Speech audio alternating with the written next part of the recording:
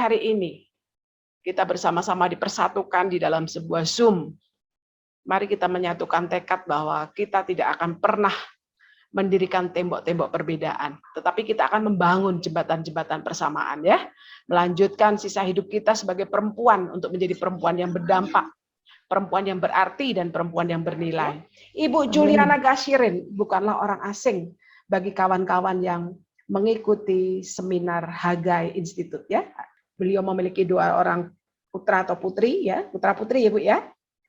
Seorang menantu dan seorang cucu.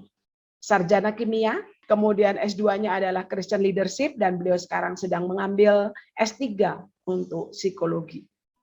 Beliau seorang pengusaha dan beliau juga adalah seorang ibu, seorang istri dan pasti adalah seorang perempuannya Tuhan yang hebat. Beliau yang akan menjadi pemateri kita sore hari ini. Silakan Bu Juliana, waktu untuk Ibu sampai jam 4. Ya, terima kasih Mbak Ning. Nah, Ibu-ibu, kalau hari ini kita mau bercerita nih tentang pemuda, ya, tentang pemuda, maka kita bisa katakan begini, ya. Di sini saya tulis semua tua, semua mati. Nggak ada yang abadi di dunia yang fana ini. Suami istri, orang hebat yang abadi hanya ketika kita berani mengejar kematian di dalam menjalani hidup di dunia ini. Maka kita mendapatkan hidup yang kekal di dalam Tuhan. Jadi saya tulis ini. Ketika kita muda, kita mungkin bangga dengan kecantikan kita. Kulit kita masih kenceng ya. Tetapi ada satu hal yang pasti, yaitu kematian. Dan biasanya sebelum mati kita tua dulu. Itu pun kita kalau sempat tua. Tapi kita nggak tahu kita sempat tua apa enggak. Gitu ya. Nah, itu semua adalah misteri Allah. Yang pasti kita menjalani hidup ini di dalam takut akan Tuhan. Nggak usah jauh-jauh. Kita coba mengingat sepanjang hari ini, apa yang sudah kita lakukan untuk kemuliaan nama Tuhan. Aktivitas apa yang kita kerjakan. Dan ada hal yang menarik ketika hari ini saya pergi ke sebuah bank, saya ingin mengurus satu hal yang sederhana sekali, yaitu saya mau mencabut auto debit untuk rekening telepon saya yang ada 3 nomor, jadi saya mau kurangi 1, karena sekarang telepon rumah sudah tidak terlalu berfungsi. Itu saya masuk ke bank itu kurang lebih jam 10 dan baru selesai dilayani jam 11 lewat 15. Jadi 1 jam 15 menit, lalu saya sampai di meja customer itu hanya sekitar 5-10 menit. Selebihnya tuh menunggu. Bank itu nggak ramai. Ya, customernya yang datang cuma 4 orang. Aduh, tapi pelayanannya betul-betul kalau menurut saya tidak sesuai dengan apa yang diiklankan. Tidak sesuai dengan apa yang ditulis di brosur. Jadi rasanya kita tuh waktu sia-sia sekali. Harus menunggu, ya, dan pelayanannya begitu lama. Jadi saya pikir-pikir begini, waduh ini bank ini nih hampir seminggu sekali menawarkan saya produk-produk baru. Tapi ketika saya berada di bank ini saya merasa, wah ini apa yang ditawarkan rupanya cuma angin kosong aja nih gitu ya. Cuma janji-janji aja karena pelayanannya seperti ini gitu. Lalu saya jadi ingat ketika kita menjadi anak Tuhan, kita bicara tentang kebenaran firman, kita ngomong betul-betul kata-kata verbalnya bagus. Pokoknya tidak perlu diragukan ketika kita tampil di depan orang banyak. Semua bagus, semua luar biasa, semua lancar. Tetapi semua itu juga akan menjadi sia-sia ketika keberperbuatan kita menjadi tidak sesuai dengan apa yang diajarkan firman Tuhan. Jadi orang lupa dengan janji-janji itu. Orang hanya melihat hidup kita secara utuh. Orang hanya melihat tindakan kita, respon hidup kita itu seperti apa. Apakah kita mencerminkan hidup sebagai anak-anak Tuhan. Dan itu yang menjadi satu pelajaran menarik buat saya pada hari ini.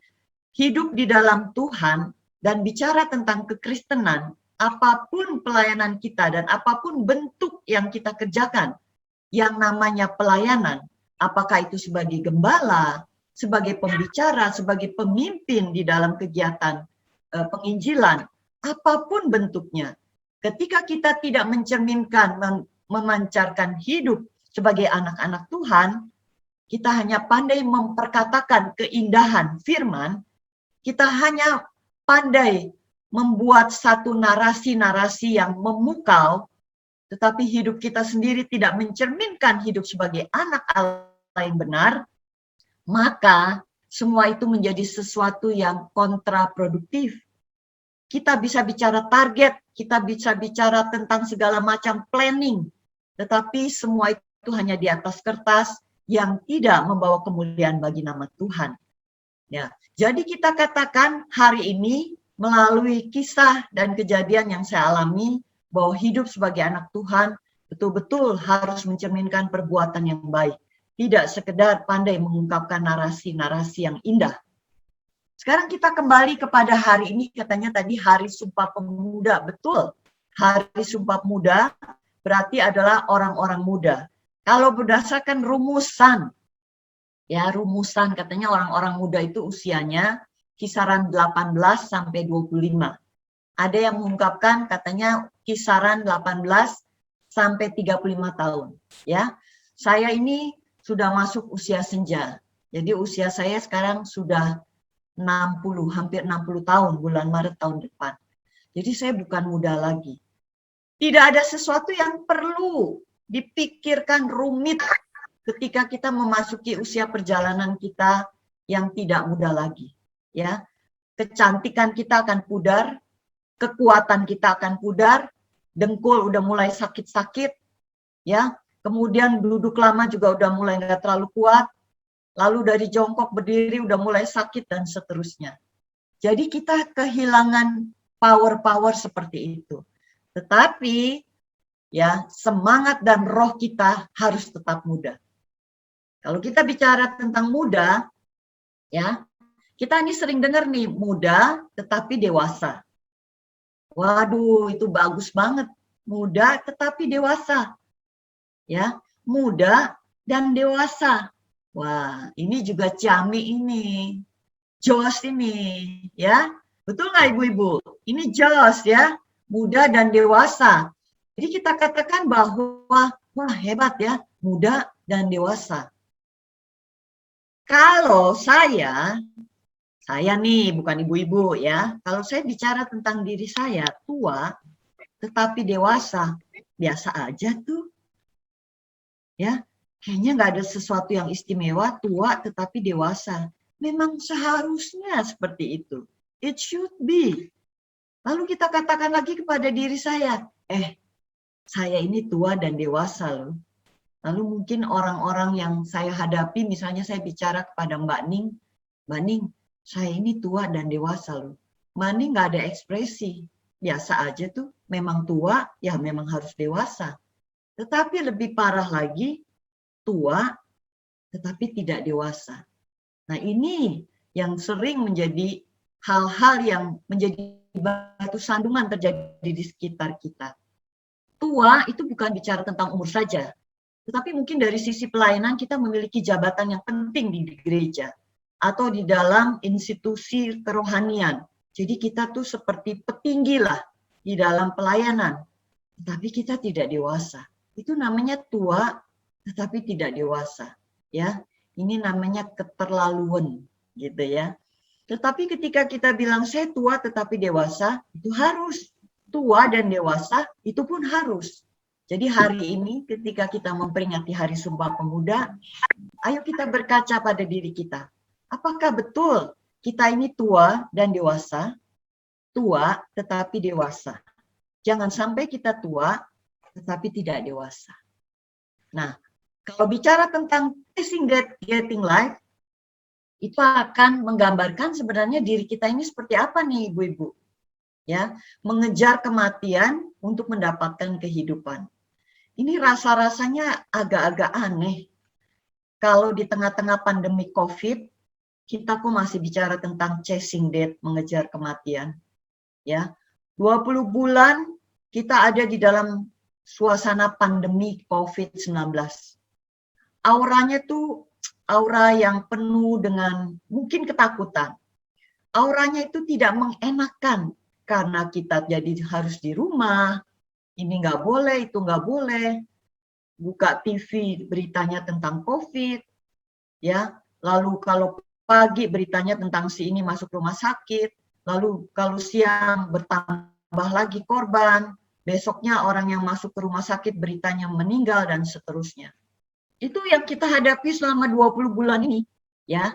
Tapi puji Tuhan, sebulan belakangan ini sudah mulai membaik, sudah mulai melandai. Karena ada herd immunity, ada vaksin yang begitu cepat dan baik. Dan kita bersyukur untuk Pak Jokowi dengan pemerintahannya yang begitu cekatan menangani COVID-19 ini. Tapi kalau bicara chasing death, mengejar kematian untuk mendapatkan kehidupan, saya jadi ingat film tahun 1900-an, kalau saya nggak salah. Itu ada film yang judulnya Kejarlah Daku, Kau Kutangkap, gitu ya. Ini generasi saya nih masih ingat film ini. Saya memang Lydia Kando, Bu. Oh, Lydia Kando. Kando, iya betul. Lydia Kando dan suaminya. Dan suaminya ya, Bu ya. Siapa itu nama suaminya? Deddy Miswar. Jamal Deddy Mirdad. Miswar ya. Nah, Jamal Mirdad. Itu Kejarlah Daku Kau Kutangkap, ya. Saya mungkin tahu bintang filmnya, tapi saya nggak tahu filmnya. Cuma judulnya itu terus terang menggelitik. Karena kejarlah daku, ya, kok bukannya saya yang menangkap, tapi yang saya kejar malah yang menangkap. Jadi itu luar biasa. Nah, pada waktu saya mengingat judul film Kejarlah Daku Kau Kutangkap, saya itu pernah baca buku, ya yang dikarang oleh seseorang yang namanya depannya Tony begitu. Jadi kalau kita mengejar Tuhan, ya, artinya kita mencari Tuhan dengan sungguh-sungguh, itu Tuhan yang menangkap kita. Jadi luar biasa. Kalau ibu-ibu udah punya cucu atau punya anak yang kecil-kecil, kita kejar, terus dia ikut lari, ya, kita kan nggak pernah tega dia kejar kita terus. Pasti kita akan berbalik terus kita yang peluk dia, gitu ya. Jadi ketika chasing death, getting life, saya ingat begini, aduh, nggak usah bicara chasing death deh. Kematian itu begitu tinggi nih di era-era COVID. 3 hari lalu ada penyintas COVID yang memberikan kesaksian testimoninya bagaimana aura kematian itu begitu dekat dengan hidupnya. Jadi setiap kali dia ada di kamar dalam perawatan, kalau dia bilang setiap 3 menit atau setiap 5 menit itu ada gredek, ada kereta, ya, yang membawa mayat yang mati dari kamar sebelah kiri, sebelah kanan, kamar di belakang, di depan, itu keretanya itu lewat di depan kamar dia, dan itu membuat aura kematian itu begitu dekat dengan dia. Itu kata kesaksian dari penyintas COVID. Mungkin ada keluarga kita yang pernah menjadi penyintas COVID atau menderita COVID. Mungkin juga ada kita. Betapa menakutkan seseorang yang terserang oleh COVID. Tetapi hari ini kita bersyukur, ya, hari ini ada 134 wanita-wanita yang luar biasa, yang sehat, yang cantik, yang semangat, penuh dengan sebuah keinginan yang berkobar untuk memberitakan kabar baik. Dan hari ini berarti kita masih diperpanjang visanya untuk hidup di dunia ini. Karena kita hari ini sehat. Kalau Tuhan memperpanjang visa kita, berarti Tuhan memiliki maksud dan rencana yang luar biasa bagi kita semua. Ya, apapun yang terjadi dalam kehidupan kita hari ini, ada hal-hal yang belum selesai, jangan takut. Ketika kita mencari Tuhan, maka Tuhan akan menangkap kita. Kalau bicara tentang chasing death, getting life, hari-hari ini, ya, penelitian mengatakan, riset membuktikan bahwa 20 orang dari 100, jadi dari 100 orang itu ada 20 orang, itu yang menderita depresi berat. Dan itu adalah hasil riset. Depresi ini timbul karena masalah sakit penyakit. Ya, mungkin dia tidak kena COVID, tetapi keluarga terdekatnya, pasangan hidupnya, anaknya, atau orang tuanya. Dan itu menimbulkan depresi. Lalu kedua ada masalah ekonomi, karena banyak sekali juga tenaga-tenaga kerja yang harus berhenti atau diberhentikan dari pekerjaannya, karena memang ekonomi sedang turun akibat dari COVID sehingga tidak bisa membuat orang berusaha atau berbisnis dengan baik. Jadi ini menimbulkan tekanan-tekanan, dan yang paling banyak menderita depresi ini adalah kaum wanita. Jadi kaum wanita itu rentan menderita depresi akibat tekanan-tekanan yang terjadi dalam masa situasi pandemik ini. Dan ini bukan suasana dan keadaan yang mudah, ibu-ibu. Nggak mudah ini. Saya tahu ini tidak mudah. Kiri, kanan, depan, belakang kita melihat banyak orang yang harus kehilangan pekerjaan. Dan mungkin ada beberapa keluarga yang harus kehilangan anggota keluarga yang dicintainya. Dan ini adalah masa-masa yang berat ya buat kita semua, bukan hanya di Indonesia, tetapi juga di seluruh dunia. Jadi kita katakan bahwa di tengah-tengah masa pandemi COVID ini sebenarnya ada habit baru yang tercipta. Habit barunya apa sih, Bu? Sekarang kan ibu-ibu ini nggak pernah kalau di tempat keramaian nggak pakai masker, ya, kecuali kita lupa, ya, atau kecuali kita pede. Pede itu bukan persekutuan doa, ya. Kita percaya diri, tapi itu percaya dirinya juga nggak tepat. Hari ini kita jarang sekali nggak cuci tangan, minimal sehari sekali. Hari ini kita jarang sekali nggak olahraga dan berjemur di panas matahari. Hari ini kita tidak lupa minum vitamin.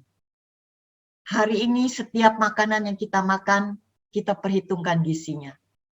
Hari-hari di masa pandemi ini, kita tidak mengingat kumpul-kumpul kuliner. Arisan-arisan yang pakai uniform yang sama, putih semua. Kita udah nggak ingat itu. Yang kita ingat adalah bagaimana kita menjaga kesehatan kita dan kesehatan keluarga kita dan orang-orang yang kita kasih. Jadi ada sebuah habit baru, ibu-ibu, yang tercipta di dalam atau di tengah pandemi COVID-19 ini. Ya, sehingga kita katakan di tengah COVID-19 ini, habit baru ini yang sebenarnya mengajar kita untuk hidup lebih disiplin. Kalau di tengah pandemi ini ada habit baru yang kita ciptakan dan menjadi satu kebiasaan yang kita lakukan tanpa terpaksa, ya, maka sebenarnya kita harusnya punya habit baru dalam kehidupan spiritual kita. Apa yang kita lakukan di tengah-tengah kita mengisolasi diri di rumah? Bukan karena kita COVID, tetapi karena memang kita juga nggak mau keluar. Kita membatasi diri. Apa yang kita lakukan? Apakah kita sibuk mencari film Korea? Drama Korea yang menguras air mata? Ya, sehingga kita lebih ingat seri drama Korea daripada cerita atau kisah sejarah di dalam Alkitab. Kita terpaku pada jam-jam diputarnya drama Korea, ya, daripada kita betul-betul menyisihkan waktu kita untuk berdoa dan membaca firman. Ini sebenarnya kita bukan sedang getting life. Kita ini betul-betul chasing death, tapi nggak pakai getting life. Karena apa? Kita chasing sesuatu yang tidak membangun kerohanian kita. Kita chasing sesuatu yang hanya membangun kedagingan kita. Kita hanya sekedar chasing yang memuaskan nafsu kita. Tetapi kita tidak chasing that getting life, artinya membangun sesuatu yang membuat kita bertumbuh di dalam Tuhan. Dan ini bahaya. Ya. Kalau bicara tentang chasing death, kematian, itu ada 3 hal yang saya ingat. Yang pertama, saya pernah pingsan di pesawat pada waktu penerbangan dari Singapura ke Dubai. Waktu itu saya sedang berencana menuju ke Israel bersama dengan keluarga. Dan saya berangkat dari Singapura karena anak saya tinggal di Singapura. Jadi kami kumpul dulu di Singapura. Lalu saya berangkat ke Israel tapi ke Dubai dulu. Itu saya pingsan di pesawat. Dan saya juga udah lupa apa penyebabnya dan saya nggak menemukan apa penyebabnya.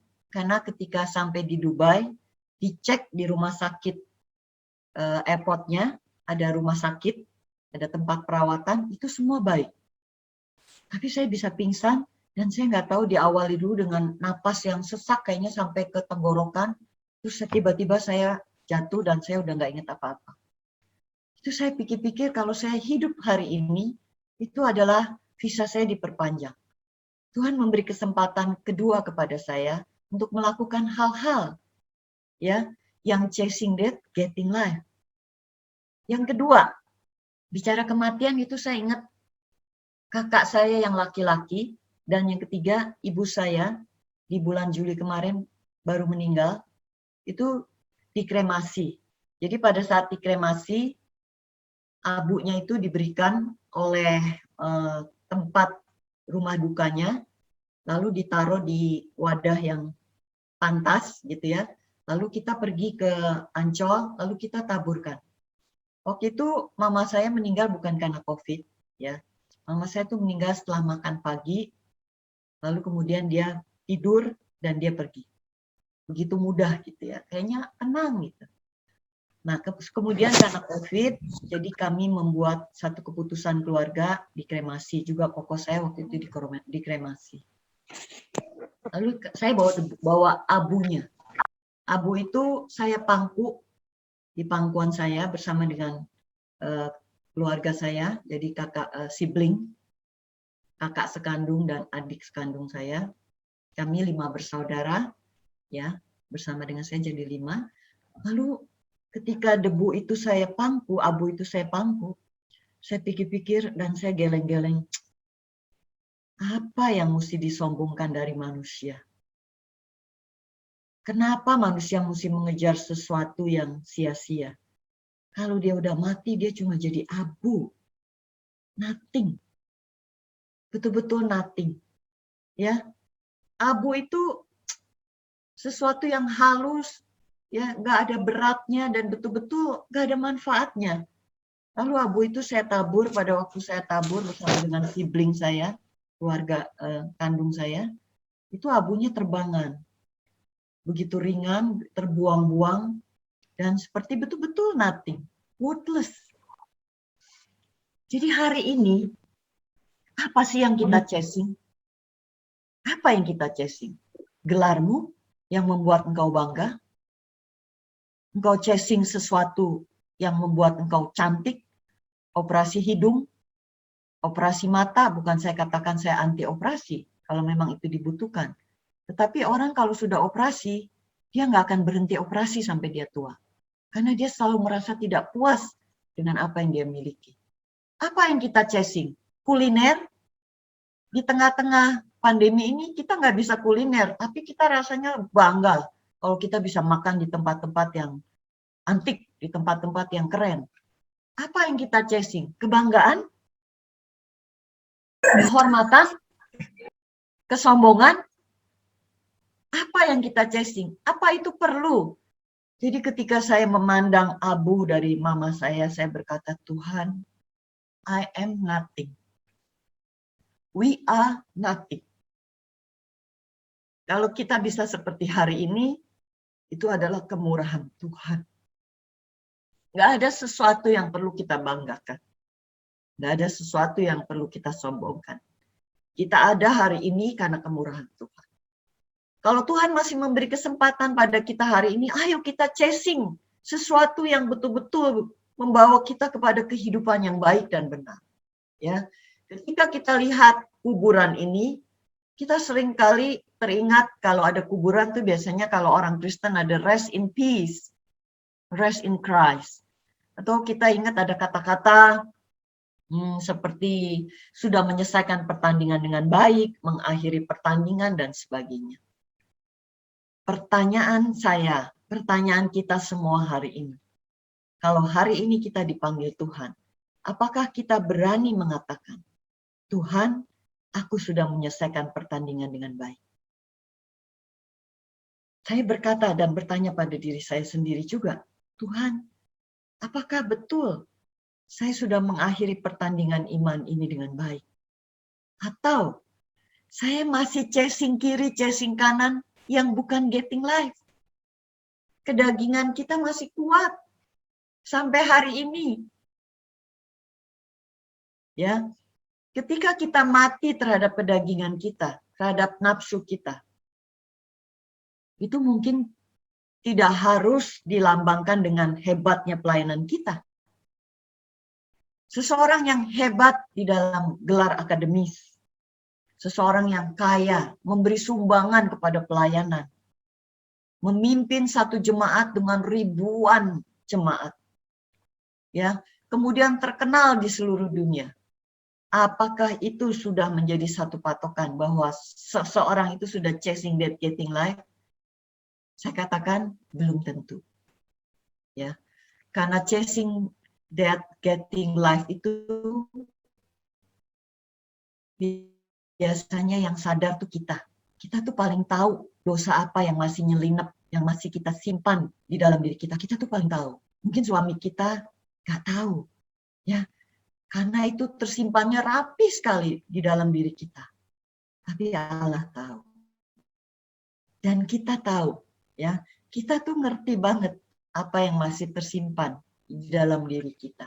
Di dalam Matius 16 ayat 24 dikatakan, lalu Yesus berkata kepada murid-muridnya, setiap orang yang mau mengikut aku, dia harus menyangkal dirinya, memikul salibnya, dan mengikut aku. Karena barang siapa mau menyelamatkan nyawanya, dia akan kehilangan nyawanya.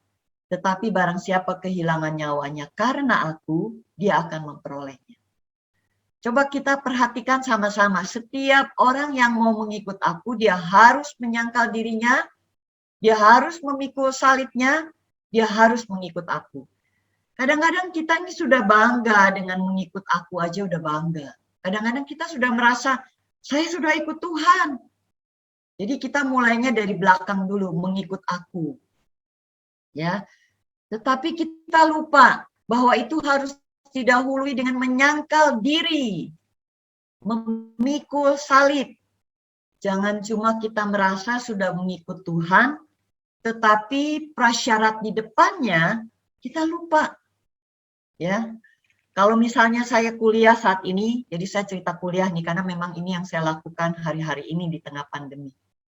Saya harus menyelesaikan SKS misalnya 50. Terus saya nggak mau. Saya nggak mau. Saya maunya cuma 20. Sakarepku. Terus kemudian kampus akan bilang, ya sakarepmu. Kamu mau ambil 20 SKS boleh, tapi kamu nggak akan lulus. Ya. Terus kemudian kalau ada ujian, saya bilang, saya nggak mau ujiannya hari ini. Ya. Saya maunya besok. Atau saya maunya lusa. Maka dosen saya akan bilang, sakarepmu. Walaupun kamu jadi mahasiswa, terdaftar, sudah bayar, kamu nggak akan selesai dan tidak akan lulus. Karena kamu tidak memenuhi syarat. Kamu seenakmu dewe, gitu kata orang Jawa. Nah, waktu kita melihat firman Tuhan ini, kita sudah merasa mengikut aku, tapi kita lupa nih, di depannya ada menyangkal diri. Halo ibu-ibu, di depannya ada pikul salib dan mengikut aku. Jadi pada waktu baca ayat ini, maka saya berpikir, aduh iya Tuhan. Ya, saya ini seperti image atau slide yang saya tampilkan di sini. Sebenarnya saya ini apel yang sudah belang bentong gitu ya. Apa tuh bahasanya? Apa yang udah digrogotin, yang udah nggak jelas bentuknya. Tapi saya berkaca, saya ini seperti apel yang indah. Saya gagal menilai diri saya di hadapan Tuhan. Saya merasa saya sudah berkenan. Saya merasa hidup saya itu sudah baik. Saya merasa saya sudah pelayanan. Saya sudah memberi. Saya kalau diundang pokoknya saya berjuang untuk tidak menolak. Pokoknya apapun resikonya, ya. Tadi pagi ini sebenarnya saya ujian 4 jam, ya. Kemudian ada kegiatan lain lagi dari jam 12. Kemudian saya akan melayani di jam 2:30 ini. Tapi tadi ujiannya gagal, ya. Padahal saya sudah bangun pagi-pagi. Sudah doa pagi, saya sudah siap tapi gagal. Dan itu cukup stres. Karena ujiannya itu adalah ujian komprehensif dari semua mata kuliah. Nah, ketika kita melakukan hal ini, hati kecil saya bilang, saya sudah seperti apel ini utuh. Saya melayani, walaupun saya pokoknya apapun resikonya.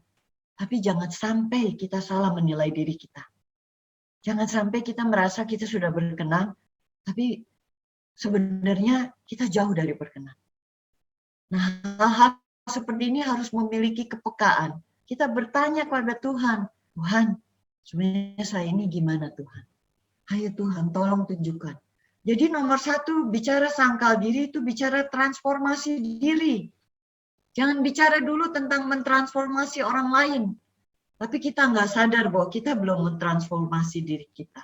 Bukan berarti kita nggak boleh pelayanan. Kita tunggu sampai diri kita suci, enggak. Tapi maksud saya sadar, eling, bahwa ketika kita melayani, kita juga harus melayani diri kita.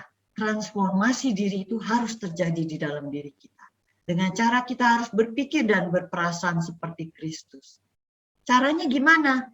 Tinggalkan ikatan kita dengan dunia. Dunia apa tuh? Nafsumu, dagingku, rasa ingin dihormati, sikap ingin dipuji, merasa diri hebat. Kalau ada yang merendahkan diri kita sedikit aja, padahal orang itu nggak bermaksud begitu. Kita sudah marah, kita merasa dengan gelar kita ini kita sudah menjadi orang yang mulia, seperti apel utuh, ya. Kalau kita sudah ada gelar STH, MTH, kita sudah merasa hebat, sudah merasa chasing death, getting life. Hari ini saya juga harus mengoreksi diri saya. Tuhan, jangan sampai Yuliana ini merasa dirinya seperti apel utuh, tetapi sebenarnya dia apel yang penuh dengan gerowakan gigitan, yang masih banyak harus dibentuk melalui banyak hal dan melalui banyak perjalanan untuk diuji. Jadi ayo kenali diri kita, transformasi diri kita. Di dalam mentransformasi diri nih ibu-ibu, ya. Jadi saya belum sempat baca chatnya, jadi tapi kalau misalnya ada yang mau bertanya langsung, monggo ya, silahkan, nggak apa-apa. Raise hand, silahkan. Tapi izinkan saya dulu melanjutkan ya, ibu-ibu. Iya, Bu. Ya, oke. Jadi di dalam proses transformasi diri ini pasti ada proses lah. Nggak mungkin yang namanya Yuliana dari baby tiba-tiba jadi dewasa. Ya, nggak mungkin. Jadi semua melalui satu proses. Ya, saya lihat cucu saya juga melalui proses. Mulai dari tertatih, bisa jalan, ya. Kemudian makanannya juga diproses, mulai dari yang susu, sekarang makan halus, sekarang udah mulai makan nasi lunak. Semua ada proses. Ya, bayi di kandungan nggak mungkin tiba-tiba brojol gitu ya, lahir, nggak, butuh 9 bulan untuk membentuk organ-organ tubuhnya sempurna. Semua proses. Jadi hari ini ketika kita menghadapi dan ada di dalam proses itu, jangan ngeluh. Ya, jangan takut. Ini adalah satu cara bagaimana Tuhan mendewasakan kita agar kita chasing that, getting life. Ada proses yang kita lewati yang mungkin nggak enak, sakit, gelap, feel alone. Tapi semua itu adalah untuk membuat kita menjadi wanita-wanita yang berharga sehingga kita getting life. Ya, caranya sangkal diri, Bu. Sangkal diri. Nggak mungkin tiba-tiba Tuhan memproses kita dengan mujizat. Wah, Yuliana tiba-tiba menjadi sabar. Yuliana tiba-tiba berubah, yang jadi hitam jadi putih. Ya, tiba-tiba dari hitam menjadi bagus, jadi kuning. Tuhan membuat mujizat? Enggak. Tuhan membuat mujizat dan merubah hidup kita melalui momen-momen yang kita hadapi setiap hari. Kadang momen itu nggak enak. Tuhan membentuk hidup saya untuk chasing that getting life. Ketika Tuhan mengirimkan orang-orang yang tanda kutip membuat kita menangis. Tuhan mengirimkan orang-orang yang tanda kutip ya kasarnya membuat kita tuh jadi sebel gitu. Membuat kita bawaannya mau marah. Ya, mungkin karena kita dihina, direndahkan, kita difitnah, ya, dan sebagainya dan sebagainya. Itu semua terjadi dengan izin Tuhan. Melalui momen-momen yang kita alami, kita menghadapi problem mungkin dalam keluarga. Ada pasangan hidup kita yang mungkin secara suami gitu kayaknya kok bukan suami yang ideal seperti yang kita impikan atau seperti yang kita pikirkan. Jangan takut ibu-ibu, jangan sedih, jangan kecewa, tetap teguh, tetap kuat. Karena ini adalah proses chasing that getting life. Kita sedang dipertajam, dibentuk untuk menjadi wanita-wanita yang teguh, yang perkasa. Jadi ada momen-momen mungkin anak-anak kita, mantu-mantu, ada kejadian-kejadian ini seperti pandemi COVID-19, itu adalah momen-momen di mana seharusnya kita memiliki kebiasaan spiritual yang baik. Nggak cuma habit prokes, tapi habit kehidupan spiritual kita yang semakin disempurnakan. Kita peka dengan keadaan seperti ini. Apa yang Tuhan mau? Mungkin ada yang menderita sakit penyakit hari ini, ya kita berdoa biar Tuhan menyembuhkan. Tetapi kok belum sembuh-sembuh juga. Hari ini kita bertanya, Tuhan, apa yang Tuhan mau melalui penyakit ini? Aku mau buka diri dan merendahkan hati, dan aku mau dibentuk oleh Tuhan melalui setiap kejadian ini, termasuk penyakit ini.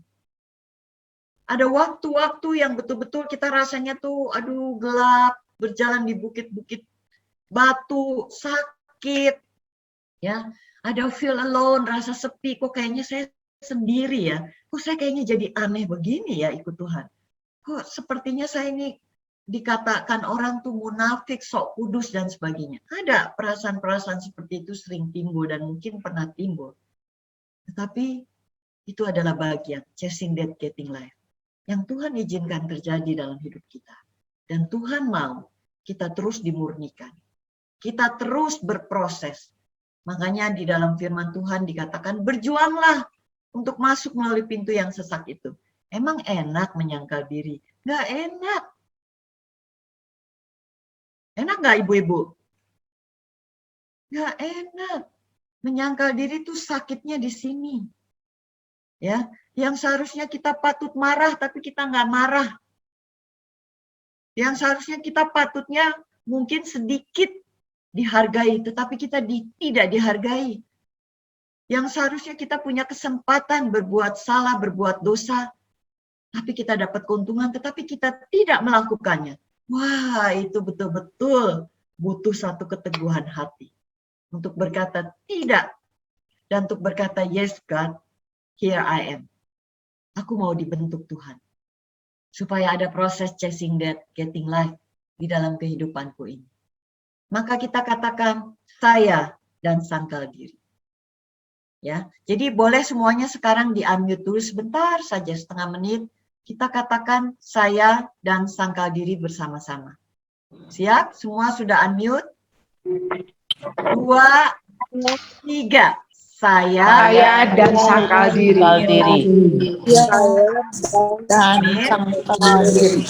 Saya dan sangkal diri. Jadi nanti kalau ada momen tertentu, kalau tanduknya ibu-ibu udah mulai keluar, masukin lagi. Katakan, saya dan sangkal diri. Amin.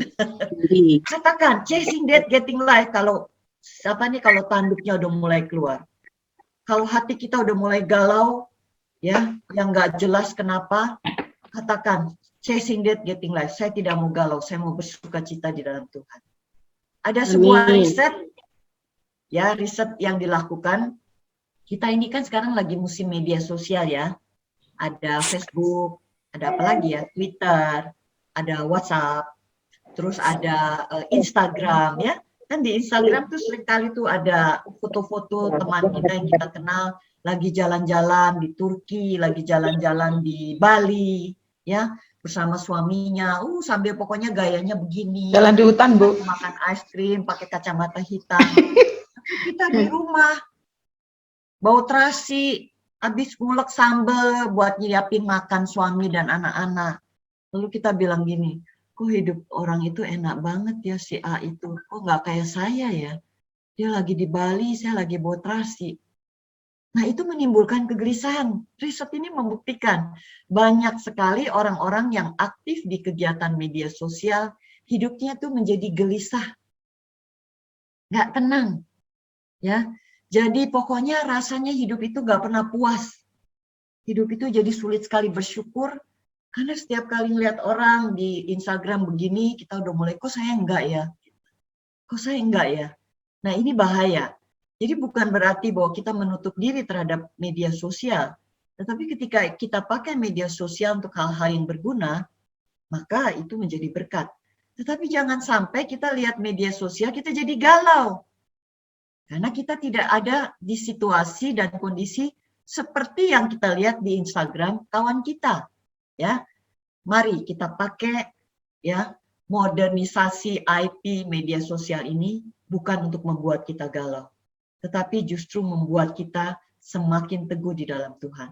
Jadi kita katakan kalau udah mulai galau karena kita tidak ada di kondisi yang enak, tanda kutip, seperti yang teman kita alami, maka kita akan katakan, chasing that getting life. Saya mau sangkal diri, ini iblis. Saya mau bersyukur walaupun saya bau terasi, tapi saya sehat, bisa ngulek sambal buat suami saya. Saya bisa nyiapin makan buat anak-anak saya. Puji Tuhan, syukuri itu semua. Ya, nah jadi saya dan sangkal diri. Yang kedua, jadi tadi prasyaratnya sangkal diri, yang kedua pikul salib. Kalau bicara pikul salib, ibu-ibu, itu adalah bicara tentang pelayanan. Ya, banyak di antara kita, wanita-wanita yang sibuk dengan arisan, yang sibuk dengan jadwal jalan-jalan kuliner, tetapi tidak menyisihkan waktu untuk pelayanan. Karena merasa, udahlah, itu bukan bagian saya, itu bagian Mbak Ning aja. Dan ibu-ibu woman movement aja, saya mah enggak bakat. Ya. Tetapi pikul salib itu adalah prasyarat. Seperti yang tadi saya bilang, kalau kamu mau lulus jadi mahasiswa, kamu harus ikuti syaratnya. Jadi syaratnya adalah pikul salib. Karena kita ini buatan Allah, diciptakan dalam Kristus Yesus, ya, untuk melakukan pekerjaan baik yang dipersiapkan Allah sebelumnya, Dia mau, ya, Dia mau supaya kita hidup di dalam. Lalu ibu-ibu mulai berpikir, aduh, saya ini nggak punya bakat apa-apa. Saya ini nggak punya sourcing, nggak punya sumber apa-apa. Pelayanan apa yang bisa saya kerjakan ya? Pasti ada yang Tuhan berikan kepada kita. Pasti ada, saya percaya itu. Ya, nggak ada tuh yang nggak punya talenta. Semuanya punya. Yang saya punya, ya Mbak Ning nggak punya. Yang Mbak Ning punya, saya nggak punya. Jadi kita saling melengkapi. Jadi bicara pikul salib, ibu-ibu, mari berdoa kepada Tuhan. Katakan, Tuhan, apa yang bisa saya kerjakan? Apa yang bisa saya beri dampak kepada orang-orang sekeliling saya? Mark Twain mengatakan, the two most important days in your life adalah the days you are born and the days you find out why. Jadi dua hal penting, 2 hari penting, yang paling penting nih katanya, di dalam hidupmu adalah hari ketika kita lahir. Dan hari di mana kamu menemukan satu alasan kenapa engkau hadir di dunia ini. Jadi ketika kita hadir di dunia ini, Tuhan mau kita menghidupi rencana Allah. Apapun bentuknya. Mau mengajar, mau pelayanan, mau bantu-bantu masak, mau beride, mau ketik-ketik bikin undangan, apapun bentuknya. Tetapi ketika kita melakukan dengan motivasi yang baik dan benar, dan kita melayani dengan komitmen, dengan penuh kesetiaan, dan terus mengembangkan diri, maka itu kita sebenarnya sedang menjumpai, find out why, kenapa saya ada di dunia ini. Ini kata-kata ini luar biasa. Jadi Bu, jangan berhenti cuma ikut dengar khotbah dari hari Senin sampai hari Sabtu ke Minggu lagi. Itu bagus. Tapi jangan cuma ngumpul di dalam hal pengetahuan. Katakan, Tuhan tolong. Apa yang bisa aku lakukan? Apa yang bisa aku kerjakan? Tuhan tolong, beri aku jalan, beri aku petunjuk. Maka Tuhan pasti akan tolong kita. Sekarang boleh di-unmute lagi, katakan saya dan pikul salib. Di-unmute ya. Mari saya kasih aba-aba dulu. 3, 2, 1. Saya dan pikul salib. Amin. Ibu-ibu. Amin. Cari cara berdoa bagaimana kita bisa berdampak bagi orang lain. Pasti ada caranya. Ya. Jadi saya katakan, bicara tentang penyangkalan diri, bicara tentang pikul salib, maka kita bicara saya dan karakter. Saya dan komitmen. Saya dan fokus. Saya dan relationship. Maka chasing that, getting life itu akan terbentuk dalam hidup kita. Mari lepaskan diri dari ikatan dunia. Bukan berarti kita menjadi orang yang aneh, enggak. Tapi kita fokus kepada kehidupan kekal. Ingat, tua tetapi dewasa itu jangan bangga. Itu memang seharusnya. It should be. Tua dan dewasa, it should be. Ya, jangan sampai tua tetapi tidak dewasa. Itu bikin malu dan nuhuk. Padahal Allah kita memberi pengharapan dan kita berharga di mata Allah. Amin. Jadi kita unmute lagi, kita katakan saya dan karakter. Yuk, mari kita unmute. Saya dan karakter Fokus relationship. Saya dan relationship. Amin. Amin. Hari ini saya bicara sudah hampir 1 jam. Ya, ini ada chat yang belum saya baca. Tetapi kalau Ibu izinkan atau Mbak Ning izinkan, mau dibacakan silakan. Tetapi kalau memang harus ditutup juga silakan. Yang penting hari ini yang menjadi inti Chasing That Getting Life, Ibu, jangan pusing lagi dengan hal-hal duniawi. Ya, kita tetap harus memelihara diri. Kita tetap harus bekerja dengan baik. Yang cari uang dengan baik. Yang cari uang dengan bikin kue makin lama makin enak. Yes. Yang memang bisa craft, bikin kreativitas yang terbaik. Lakukan yang terbaik. Tetapi dengan satu motivasi yang benar bahwa kita hanya fokus kepada chasing that getting life. Apapun talenta yang Tuhan kasih kepadamu, lakukan itu dengan semangat. Ya, walaupun mungkin untungnya nggak seberapa, capek, tapi terus lakukan, nanti Tuhan akan buka jalan bagi kita. Kalau kita hari ini dilanda sakit, teruslah mencari ikhtiar untuk berobat. Ya, terus berdoa kepada Tuhan minta kesembuhan. Saya percaya bahwa Tuhan tidak menutup telinga bagi doa-doa kita. Amin. Karena Allah yang kita sembah adalah Allah yang baik. Puji nama Tuhan. 1 Korintus 10 ayat 31. Aku menjawab, jika engkau makan, lihat ya, jika engkau makan. Ini masalah urusan dunia nih. Jika engkau minum, ini urusan dunia. Karena kita kan hidup gak lepas dari dunia kan. Saya tetap bekerja. Saya perlu makan makanan enak. Saya udah 2 tahun di rumah dan saya perlu rasanya rileks. Ya, jadi saya berencana untuk pergi jalan-jalan. Tapi di Airbnb, nggak di hotel, supaya kita bisa punya pemanas dan sebagainya. Itu masih bicara tentang daging. Atau jika engkau melakukan sesuatu yang lain, apapun. Pelayanan, sekolah, ya, bahkan sesuatu yang mungkin saya nggak sebutkan satu persatu. Lakukan semuanya itu untuk kemuliaan Tuhan. Amin. Lakukan semuanya itu untuk kemuliaan Tuhan. Nggak ada lagi untuk dirimu. Diriku, kebanggaanku, kehormatanku, kehebatanku, keterkenalanku. Enggak. Tetapi kita katakan Tuhan, semua mau aku lakukan hanya untuk kemuliaan nama Tuhan. Karena tanpa Tuhan, I am nothing. Seperti debu yang saya pangku tadi. Tetapi bersama Tuhan, kita menjadi orang-orang yang berharga. Betapa berharganya kita. Tuhan memberikan kita yang terbaik, yaitu nyawanya, supaya kita selamat. Dan respon kita, mari kita lakukan segala sesuatu mulai dari bangun tidur sampai kita mau tidur lagi untuk kemuliaan Tuhan. Jaga jari-jarimu lewat WA. Jaga tutur kata kita, jaga sikap hati kita. Tanya Tuhan, apa yang bisa aku lakukan Tuhan? Karena syaratnya adalah pikul salib. Berdampaklah apapun bentuknya bagi kemuliaan nama Tuhan. Dan ikut aku. Itu kata Tuhan. Baik, saya akhiri dulu sesi tentang Chasing That Getting Life ini. Ya, puji Tuhan, di sini ada chat-chat yang sudah saya bisa baca. Katanya harus punya integritas, gunakan waktu yang Tuhan beri, luar biasa. Ya, tidak usah main medsos kalau iman tidak kuat. Ini ada komentar dari chat.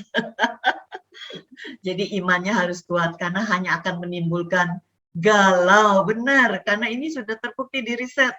Ya, jangan sampai ngelihat Instagram orang-orang lagi jalan-jalan, lalu kita galau. Yang tadinya hati kita bersyukur, malah jadi berbalik. Ya, oke, puji Tuhan. Waktu saya serahkan kembali kepada Mbak Ning,